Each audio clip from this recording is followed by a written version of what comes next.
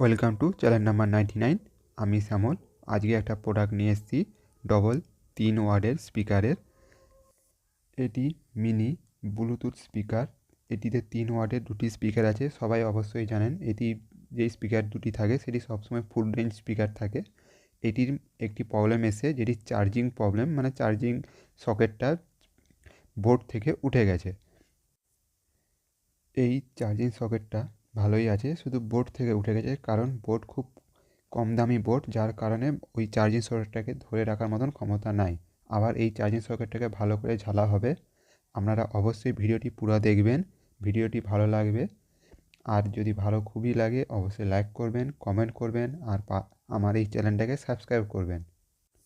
এরকম Bluetooth speaker না কিনাই ভালো।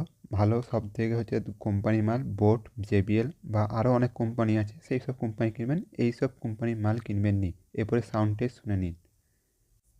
হ্যাঁ, তার আগে আমার এইটি রিপেয়ারিং কমপ্লিট হয়ে গেছে, ওই সকেটটা ঝেলেছি, এবার সাউন্ড টেস্ট শুনে নিন।